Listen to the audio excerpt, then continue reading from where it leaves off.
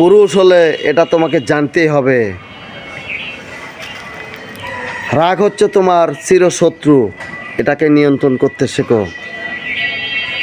আর টাকা ইনকাম করো, টাকা ইনকাম না করলে তোমার কোনো মূল্য নেই, সম্মানও নাই।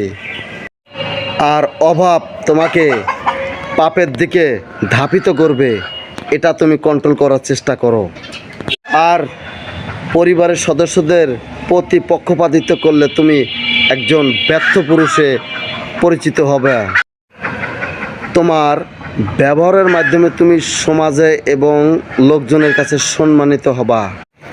স্ত্রীর প্রতি বিনয়ী হতে হবে এবং বাচ্চাদের পাশে সময় দিতে হবে, ফ্যামিলির পাশে সময় দিতে হবে। এটা হচ্ছে সৃষ্টিকর্তা দেওয়া আমানত।